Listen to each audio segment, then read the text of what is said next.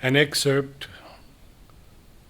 from an article by K.D. Setna, Amal Kiran, entitled The Sacrifice of Sri Aurobindo, 1:26 a.m., December 5th, 1950. A moment like any other, in a night like many a night, except to those who watched in the room where for over 2 decades Sri Aurobindo had lived. For them, there was all human history coming to a cryptic climax. After summing up in himself the aspiration of man in entirety, man the soul, the mind, the life force, the body, and after bringing a power of complete Godhead to answer this fourfold aspiration, Sri Aurobindo was throwing away the earnest of the final and supreme triumph. A physical being in which the very cells were beginning to flower into a divine substance such as the world had scarcely dreamt of, even in its most apocalyptic hours. The doctors, who were his attendants, knew their patient to be no mere mortal. They treated his body for what they recognized it to be, a vehicle of supernatural light, and they had to accept the mysterious no he had categorically returned to their question, "Are you not using on yourself the sovereign spiritual force with which you have saved hundreds?"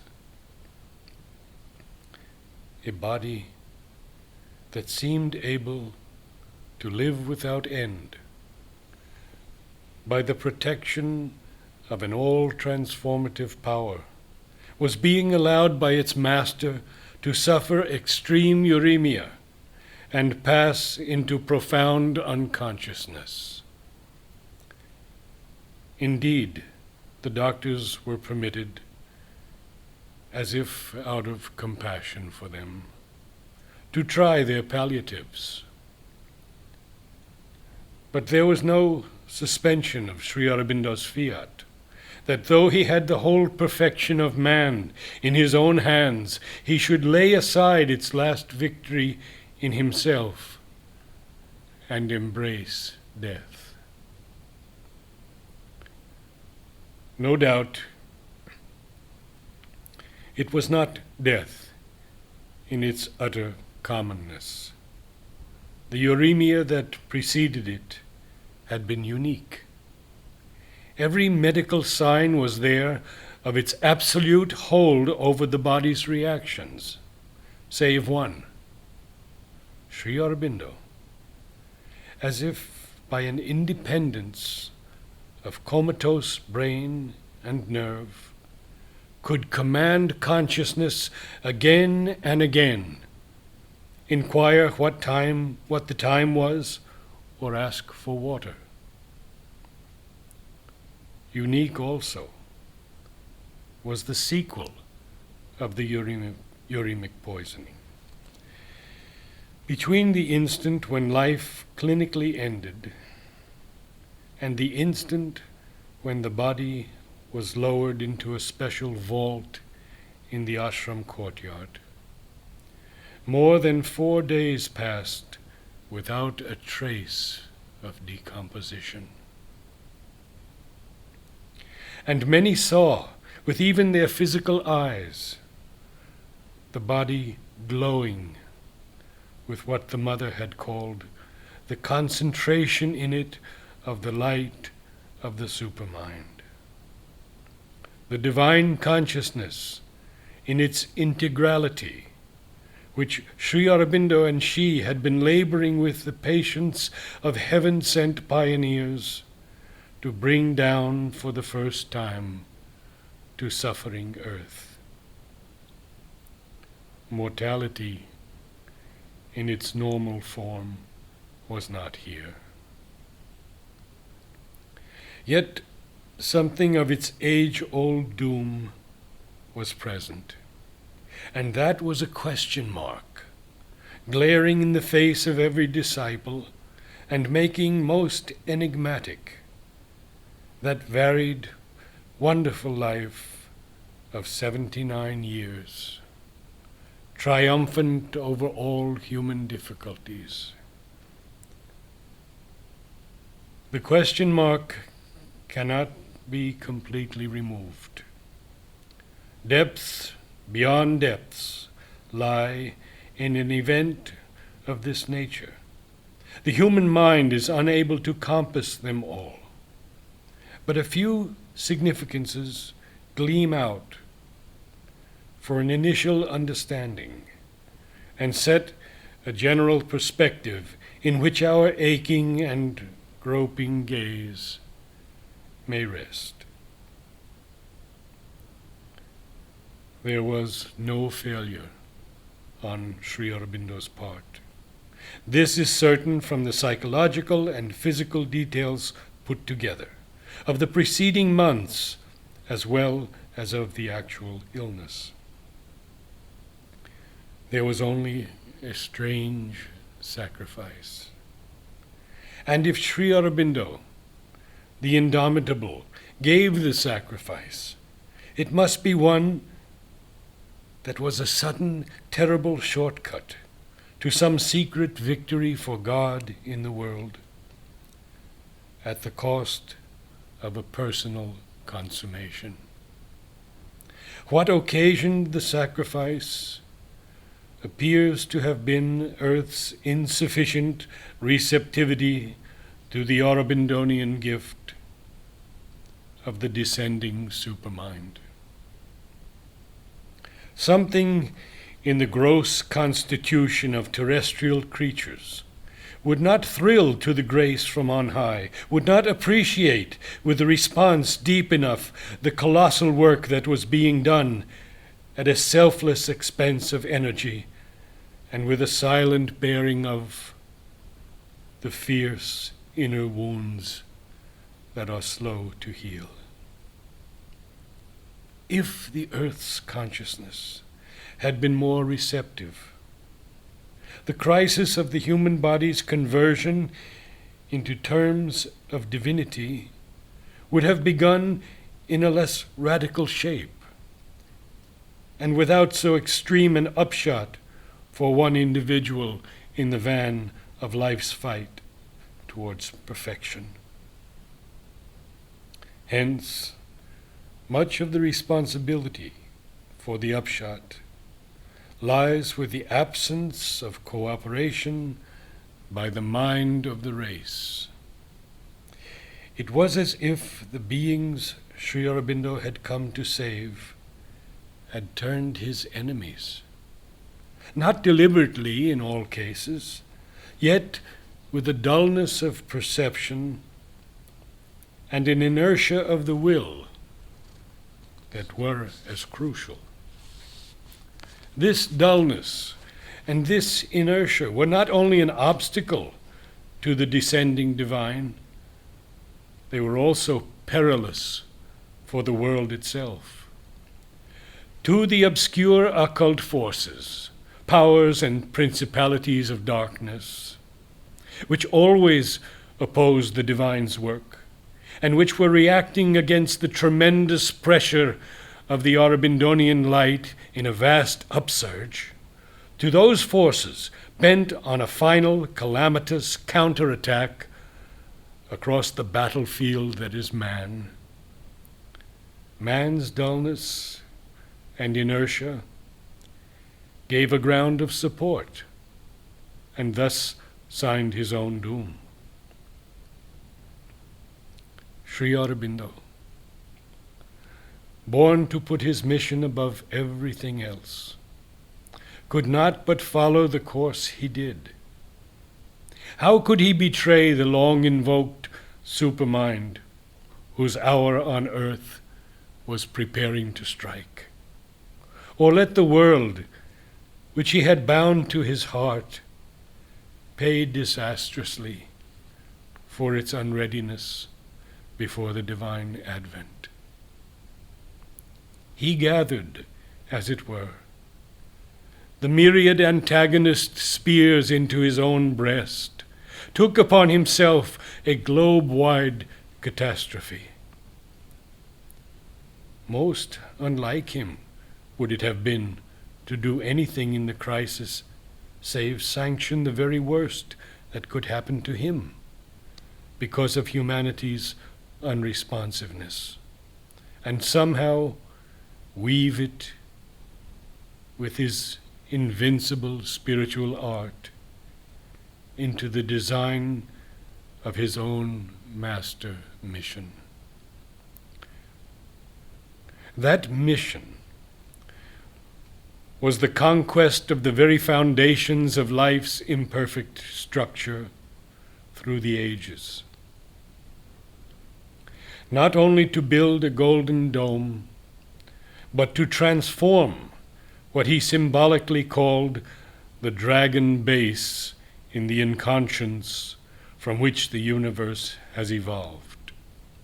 This was Sri Aurobindo's work, and it had to be done one way or another.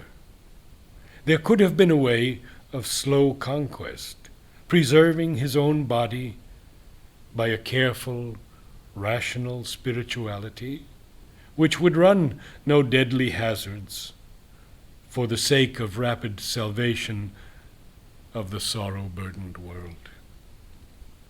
The way of revolutionary evolution, thrown open like an abyss, was to let his body admit an illness symbolic of the drive of the inconscience from below, and, after a limited, though intensely significant contest, carry in an actual death its own godlike presence into the stuff of the inconscience.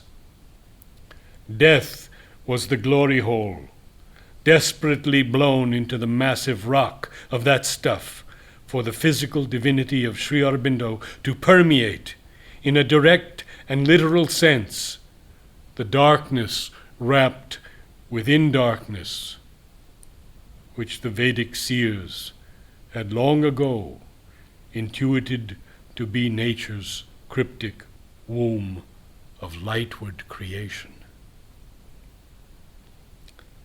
By identifying his physical divinity with that primal negation of the divine, he has taken by surprise the central stronghold of all that frustrates and destroys, all that renders precarious the body's beauty, frail the life energy's strength, flickering the mind's knowledge, and swallows up in its monstrous void the marvelous legacy left to mankind by the hero and the sage.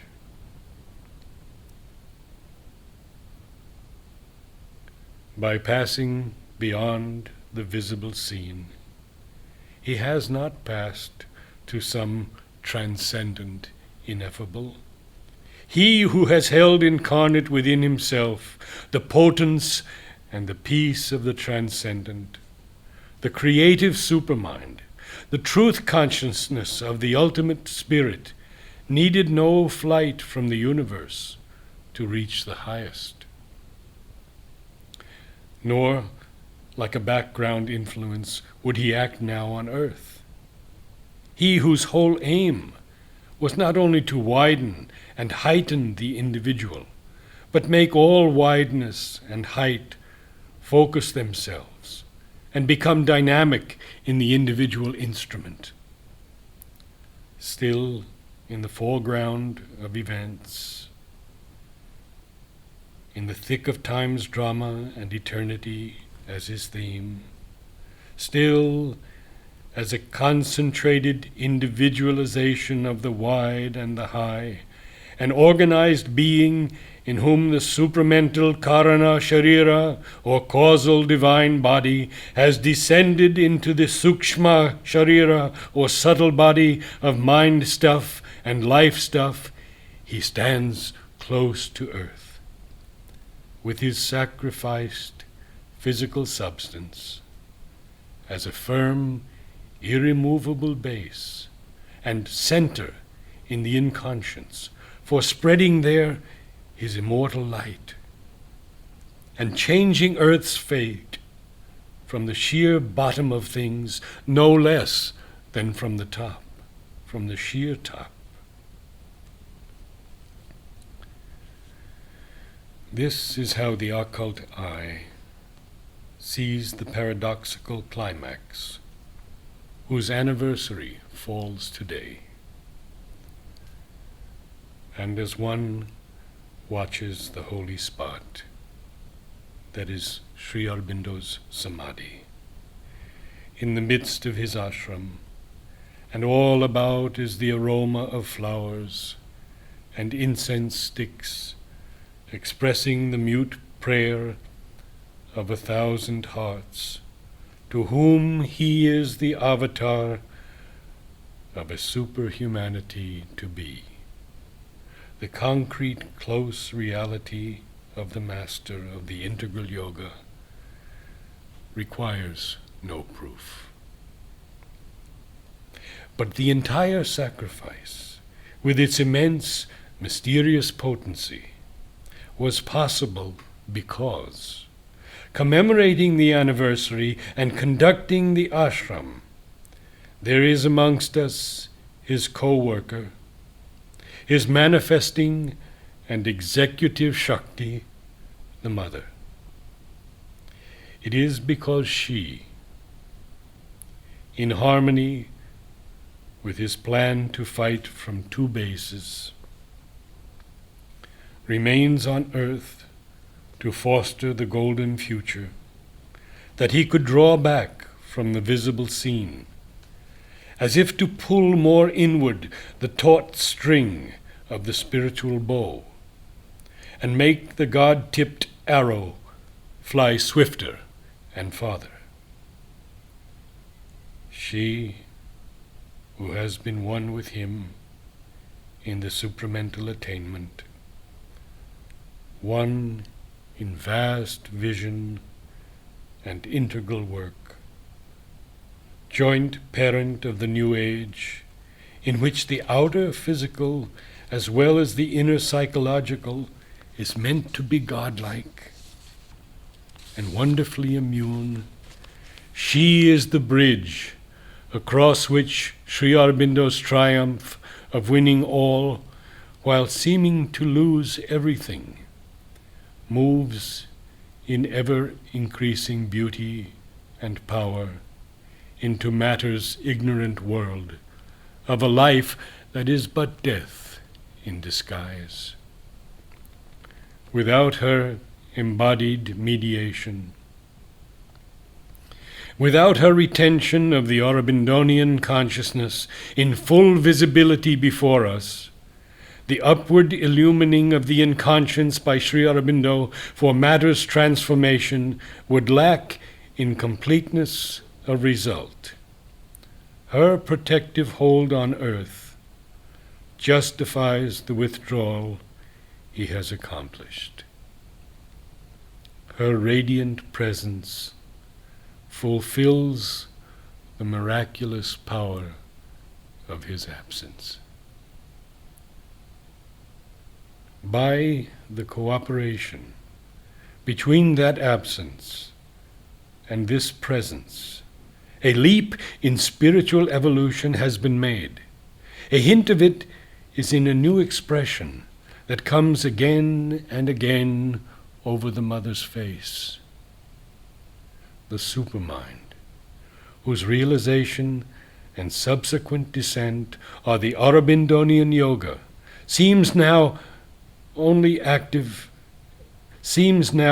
only active as before from above, unfolding its gigantic downward dynamism in its own time, but also operative as a gleaming nucleus of world will from even the physical brain level of the embodied consciousness that is the Guru, day after day, to the Godward movement of our souls.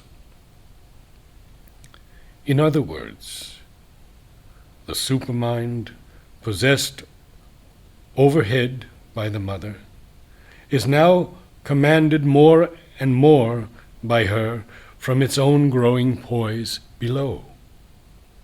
The wish of the very earth self in her begins to be binding, so to speak, on the creativity of her own supreme self in the transcendence.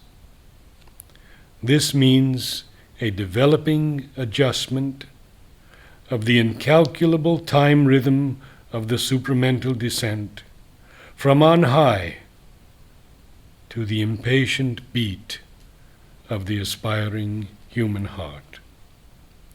The possibility dawns of a rapturous acceleration of the truth consciousness's transforming process, and a greater, more luminous mastery of material life, a deeper invasion of the body by the immortal existence, a swifter and more palpable progress towards the conquest of darkness and death, for which the secret, decisive blow was struck in that strangely fateful moment in the dead of night a year ago.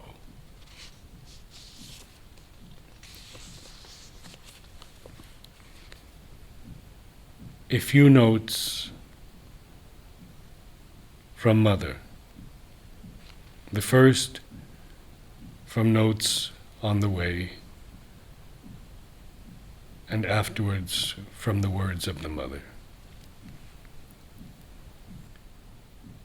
He had gathered in his body a great amount of supramental force, and as soon as he left, you see, he was lying on his bed. I stood by his side, and in a way, altogether concrete with such a strong sensation as to make one think that it could be seen. All this supramental force which was in him passed from his body into mine. And I felt the friction of the passage. It was extraordinary, extraordinary. Today is the first day of Sri Aurobindo's centenary year. Though he has left his body, he is still with us, alive and active. Sri Aurobindo belongs to the future. He is the messenger of the future. He still shows us the way to follow in order to hasten the realization of a glorious future fashioned by the divine will. All those who want to collaborate for the progress of humanity and for India's luminous destiny must unite in a clairvoyant aspiration and in an illumined work. Sri Aurobindo came upon earth to announce the manifestation of the supramental world. And not merely did he announce this manifestation, but embodied also in part the supramental force, and showed by example what one must do to prepare oneself for manifesting it.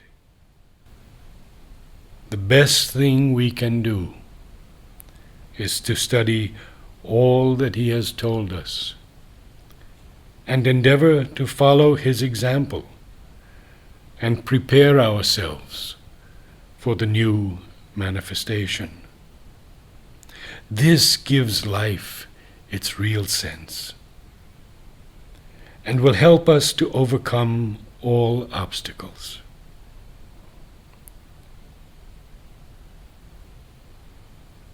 when in your heart and thought you make no difference between Sri Aurobindo and me, when to think of Sri Aurobindo will be to think of me, and to think of me will mean to think of Sri Aurobindo inevitably. When to see one will mean inevitably to see the other, like one and the same person. Then you will know that you begin to be open to the supramental force and consciousness. Sri Aurobindo is constantly in the subtle physical, very active there. I see him almost daily, and last night I spent many hours with him. If you become conscious in the subtle physical, you will surely meet him.